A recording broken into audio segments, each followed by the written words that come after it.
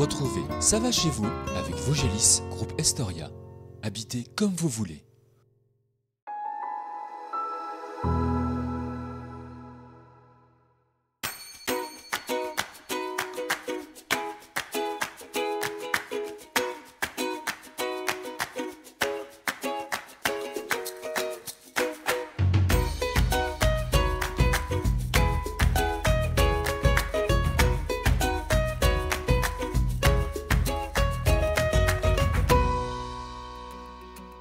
Cette semaine, nous partons à une dizaine de kilomètres de Saint-Dié et de Gérardmer à la rencontre des Fraxiniens.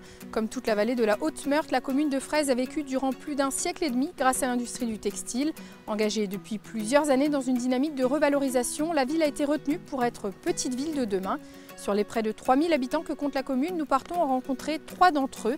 Laetitia Kinast et son atelier de bougies, El Déco. En fin d'émission, direction un autre atelier, cette fois avec Thibaut Chaguet, où nous allons parler Oya. Et tout de suite, nous sommes avec vous, ça ne change pas, Madame le maire. Caroline Lerognon, vous êtes maire depuis 1 an et demi maintenant. C'est ça. Pourquoi avoir voulu être maire de Fraise? Simplement pour donner un nouveau dynamisme sur la commune. Voilà, un second souffle, souffle, nouveaux projets peut-être aussi. Voilà, c'est ça. Première femme, maire de la commune de Fraise. C'est important aussi de voir que cette profession, ce métier n'est pas réservé qu'aux hommes. Dans les Vosges, on a un bon exemple, puisque de plus en plus de femmes sont maires des communes. Tout à fait. Alors c'est un très bel exemple aussi que les Fraxiniens m'ont donné, puisqu'ils ont décidé de m'élire en juillet 2020. Donc première femme de la commune, pour moi c'est important aussi que les femmes puissent donner leur avis et voir la vision des choses au niveau de la politique. Ça se développe de plus en plus, c'est vrai que c'est important. Vous êtes aussi vice-présidente de la communauté de communes. Oui, d'agglomération. Pardon, excusez-moi, de la communauté d'agglomération. Là aussi c'est important et puis ça permet peut-être d'avoir une vision un peu plus large de ce qui se passe. Ça permet d'avoir une vision globale du territoire, c'est important. Donc effectivement, je suis vice-présidente en charge du périscolaire, donc de l'enfance, mais également des maisons France Service, donc le service à la population. Et ça permet aussi d'être représentée et de faire connaître notre commune. Une commune dynamique avec des associations, des entreprises. Oui, tout à fait. Un noyau d'associations qui fonctionne bien. Une cinquantaine d'associations qui fonctionnent très bien. On est vraiment ravis d'avoir autant d'associations qui participent au beau déroulement de notre commune. Et toujours une école, et ça on en parle souvent dans cette émission, oui. Mais c'est vrai que c'est un plus, c'est important. Alors on disait quand même tout à l'heure en préparant cette émission que c'était quand même une population un petit peu vieillissante, Fraise. Tout à fait. Mais le fait d'avoir une école, ça permet peut-être d'attirer Ça permet d'attirer d'autres personnes, effectivement. On a une école où on regroupe 200 élèves. On a des projets aussi sur cette école. On va la végétaliser cette année. On refait aussi le double vitrage. On essaye toujours d'investir, en tout cas pour l'école et pour les jeunes. Alors une ville dynamique qui a ses atouts, preuve en est puisque vous faites partie du dispositif Petite Ville de demain. Oui. Expliquez-nous un petit peu de quoi il s'agit. Alors nous sommes effectivement Petite Ville de demain avec le binôme plein fin, Fraise plein fin. Donc 1000 villes sur l'ensemble de la France qui vont pouvoir bénéficier et qui bénéficient déjà du dispositif. Donc beaucoup d'aides techniques. Nous avons un chargé de mission qui nous aide donc sur tout ce qui est investissement, réaménagement de la commune et également donc des aides supplémentaires au niveau financier. Voilà, subvention. Et c'est important pour notre commune qui vient de loin du coup puisque nous étions en début de mandat en commune alerte, donc une commune qui est dans le dispositif donc, de la préfecture et nous en sommes sortis cette année après 2 ans de galère financière. Donc est-ce qu'on peut dire que ça va chez vous aujourd'hui à Fraise? Ça va très bien à Fraise et on va pouvoir donc investir de nouveau et je suis plutôt contente que les projets aboutissent après 2 ans. Alors justement, ces projets, donc la voirie principalement? La voirie principalement, on a refait donc là la route des Secprés, on va refaire la route du Pont de la Forge, la route de Guéraud en suivra. Et puis d'autres projets, ici le parc, agrandissement du parc Nicolas Géliot. Nous avons également la fibre qui va arriver et nous avons eu depuis le 1er février 2022 un nouveau service grâce à la communauté d'agglomération de Saint-Dié qui est donc France Service qui s'est installé à Fraise, qui fonctionne très bien et qui font bénéficier… les renseignements au plus près de la population. C'est ça, au plus proche de la population. Donc il y a tout ce qu'il faut finalement à Fraise. Est-ce qu'on peut encore venir s'installer à Fraise? Oui. Il y a encore de la place. On a énormément de logements vacants également, donc il ne faut pas les oublier. Donc grâce à Petite Ville de demain, on va pouvoir aussi bénéficier d'aides pour refaire ces logements et donner une meilleure image à notre commune, bien qu'elle soit belle aujourd'hui. Écoutez, c'est tout ce qu'on vous souhaite en tout cas. Merci beaucoup Caroline pour votre accueil ici à Fraise. Nous continuons notre découverte de la commune, direction l'atelier de bougies avec Laetitia. C'est en 2019 que l'atelier de bougies L-Déco s'est installé dans la commune. Une boutique est également ouverte. Laetitia travaillait dans l'industrie et fabrique aujourd'hui plusieurs centaines de bougies, accompagnée de Nicolas, son conjoint. Laetitia, merci de nous accueillir. Nous sommes ici dans votre boutique. L'atelier est juste à côté, on ira le voir après. Alors, on va parler des bougies, bien évidemment, de leur fabrication. Mais avant, expliquez-nous la genèse de L-Déco, qui a aussi une partie à Münster. Oui, tout à fait. Donc, L-Déco a vu le jour en 2016. La marque a été créée en 2016 par Mes Soins. Puis, par la suite, on a évolué en 2018 avec mon cher et tendre Nicolas qui a rejoint l'entreprise. Donc, on s'est installé à Fraise en 2019. Donc, on est des amoureux de la nature et des grands espaces verts. Donc, Fraise a été un petit peu comme une évidence. En même temps, on reste à proximité de l'Alsace en étant au pied du col du Bonhomme. Donc, ça nous permet de garder la relation avec la boutique de Münster et d'avoir toujours un pied en Alsace, un pied dans les Vosges. C'est ça. Alors, je le disais en introduction, vous étiez dans l'industrie avant de fabriquer des bougies. Oui, tout à fait. Pourquoi ce changement? Comment ça s'est fait? Expliquez-nous. Si vous voulez, je n'étais pas très épanouie dans mon précédent métier. Donc, c'est vrai que la bougie était tout d'abord un loisir qui est devenu une grande passion. C'est un métier de passion. Et puis, ça a été comme une évidence de me lancer dans la fabrication, puis la vente et de le proposer au plus grand large public, on va dire. Alors l'idée, c'était de faire de votre passion, votre métier en tout cas, et d'arrêter aussi de consommer peut-être des bougies dont on ne connaît pas forcément les produits utilisés pour la fabrication. Tout à fait, la composition des bougies, c'est aussi très important, il faut y faire attention. C'est vrai qu'on a privilégié les matières naturelles, donc on travaille que des cires végétales, en l'occurrence de la cire de tournesol, mais on travaille aussi de la cire de colza et de la cire de soja. Donc elles ont chacune leur complexité dans chaque bougie, qu'elle soit parfumée ou décorative. Et évidemment, surtout la gamme parfumée, on travaille avec un parfumeur de grâce. Donc on a une charte qui est respectée sur la qualité des parfums avec des substances non cancérigènes et non toxiques à la diffusion des parfums. C'est primordial aujourd'hui d'axer ce côté santé, ce côté naturel. Oui. Ici, de la bougie parfumée, de la bougie décorative, de la bougie créative, on en voit autour de nous. L'idée, c'était d'avoir une gamme très large. Expliquez-nous un petit peu ce qu'on retrouve. Tout à fait, donc on propose une collection parfumée, donc c'est la collection qui plaît au plus grand nombre. Voilà, tout à fait. Mais on a également des bougies décoratives qu'on peut aussi personnaliser dans le choix des tailles, des couleurs, donc il n'y a pas de limite dans la créativité, dans tout ce qui est décoratif. C'est ça, c'est qu'on peut vraiment se lâcher dès qu'on a une envie. Finalement, on essaye de la mettre en application. Il y a des demandes particulières aussi, j'imagine, peut-être? Oui, on a quelques demandes sur la personnalisation de bougies d'anniversaire ou de baptême. On peut proposer justement d'inscrire le prénom, la date ou un petit message sympa, ça on fait sans problème. Donc le produit le plus recherché, vous nous disiez, on reste quand même sur les senteurs qui fonctionnent le mieux. C'est ça, donc là on peut développer, on est actuellement sur une bibliothèque d'une centaine de parfums. Donc c'est vrai qu'on retrouve des parfums d'enfance, d'antan, c'est toujours relié à des souvenirs ou à des voyages, tout simplement. Ça permet de passer un moment de bien-être avec la bougie.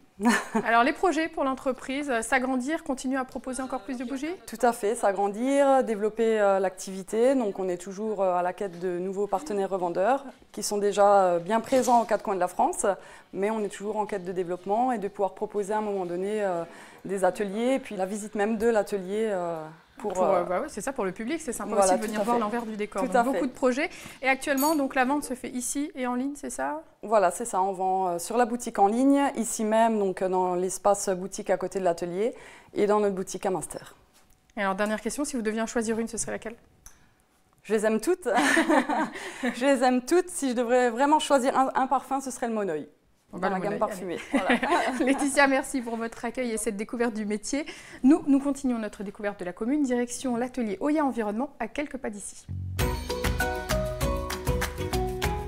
Utilisés depuis des millénaires, à l'époque de la Rome antique notamment, les Oyas sont des poteries en terre cuite que l'on enterre pour arroser les plantes avec parcimonie. L'entreprise Oya Environnement a décidé d'optimiser le phénomène naturel de la microporosité en jouant sur différents paramètres que nous allons découvrir. Thibaut, merci de nous accueillir ici. Nous sommes dans l'atelier de Oya Environnement, alors sur le site de Fraise, on le rappelle. Des pots en argile, on les voit juste à côté de nous, donc enterrés dans le sol pour arroser de manière raisonnée. Dit comme ça, c'est assez simple finalement comme principe. Expliquez-nous alors l'origine, l'objectif de ces poteries. Alors, c'est un principe qui existe depuis longtemps. Ce sont des jarres d'irrigation. Le nom Oya, qui est une marque déposée, dont l'origine ou la recherche du nom provient de l'espagnol sur Oya, qui s'écrit avec 2 L A S, et qui signifierait jarre ou pot ou marmite. Voilà. Donc, on a créé l'entreprise il y a 8 ans maintenant. D'abord à Saint-Jean-de-Fosse. À l'origine, il y avait 3 personnes. Puis l'entreprise a grandi très vite, puisque aujourd'hui, sur les 2 sites, on est 31 salariés. Ce qui est conséquent. Donc ici à Fraise, vous êtes combien à travailler? On est 4, plus de temps en temps des gens qui connaissent le métier et viennent travailler en tant que prestataires. Alors, on va reparler du procédé, c'est très intéressant, ça permet de faire donc des économies d'eau. Comment ça se passe? Expliquez-nous un petit peu le concept. Alors, l'idée, c'est qu'on a donc une qualité de terre particulière qu'on a mis au point, qui permet de diffuser lentement l'eau dans le sol en fonction des besoins de la plante. Quand le sol est saturé en eau, la jarre ne diffusera pas ou très peu. Et puis si le sol est très drainant ou très sec, l'eau transpirera beaucoup plus rapidement, quoi. Donc l'Oya est enterré. On la remplit tous les 5 jours. Disons que ça tient à peu près une semaine, une Oya pleine. Et la diffusion de l'eau dépend de la taille de la jarre. Voilà, c'est ça, il y a différentes tailles de jarres. Tailles. Et l'économie d'eau, ça représente quoi? Est-ce qu'on a une idée? 50% à 70% d'eau est économisée, ce qui est assez important. Et surtout, on évite l'eau de surface, on évite de trop arroser et trop peu arroser. On a une régularité et un sol qui reste juste humide. Comme il faut, voilà, juste qu'il a besoin. Ce qui évite le stress hydrique que les plantes n'aiment pas du tout, a priori. Oui. Donc c'est la particularité de l'argile, la terre qu'on utilise, c'est l'épaisseur aussi. Alors j'imagine qu'il y a il y a l'épaisseur, il y a l'épaisseur parce qu'il faut une épaisseur assez régulière. Et puis voilà, la forme est faite et a été étudiée pour justement optimiser la diffusion. On travaille actuellement sur un nouveau projet qui n'est pas encore commercialisé, qui serait une jarre connectée, qui se remplirait automatiquement et qui serait en place. Voilà. Donc chaque projet est étudié de façon à ce que la jarre réponde aux besoins de celui qui l'utilise. Et justement, comment on l'a choisi? Quelle taille on prend en fonction des plantations qu'on a? Donc il y a les Oya enterrés, comme ceux qu'on a là. Ça, c'est la taille la plus courante, c'est ce qu'on appelle les L. On a une taille qui est plus grande qu'on fabrique moins, qui sont les XL. Donc les XL peuvent diffuser l'eau jusqu'à à peu près 1 mètre de large, un diamètre d'1 mètre. Diamètre d'1 mètre. Celle-là sur 80 cm. Et puis ensuite, on a une jarre qui fait 1,5 litre. Et puis des petites de 50 centilitres. Peut-être voilà pour donc des plus ça, petits. c'est les jarres à enterrer. Et on a en jarre à planter, comme vous avez juste derrière vous, qui sont des jarres avec une petite pointe. Donc la partie ventrue de la pièce reste à la surface et la pointe est plantée dans le sol.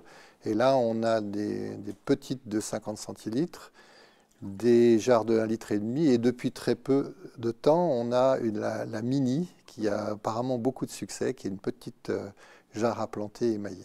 Combien vous produisez de... On est aux alentours de 2000 Oya par mois. C'est ce qui était prévu? Est-ce que c'est au-delà des espérances? C'est un petit peu plus que ce qui avait été estimé au tout début. Mais l'année dernière, on n'a pas atteint l'objectif, mais parce qu'on était juste en cours d'installation. Et concernant la vente, donc de la vente directe ici? Alors, vente directe ici. Nous ne faisons pas l'expédition, Saint-Jean-de-Fosse fait l'expédition. L'objectif sera aussi d'avoir un atelier expédition pour avoir une production qui est distribuée géographiquement autour du lieu et éviter les transports. On transporte la terre vient d'Espagne. Éventuellement, un jour, on arrivera peut-être à faire une terre, mais c'est compliqué parce qu'il y a tout l'aspect économique de la production de terre qui, sur une quantité comme la nôtre, ne se justifie pas pour l'instant. Et puis, au niveau de la diffusion, on a 2 diffuseurs en cours pour lesquels on travaille.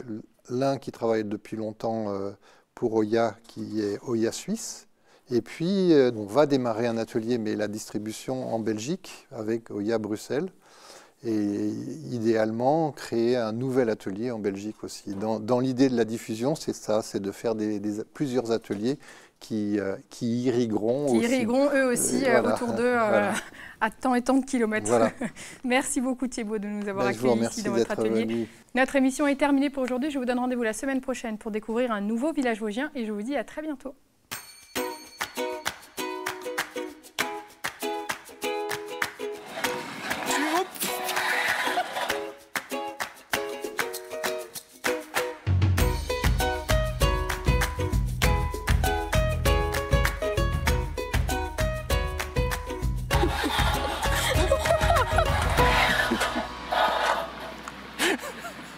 Trêve de plaisanterie.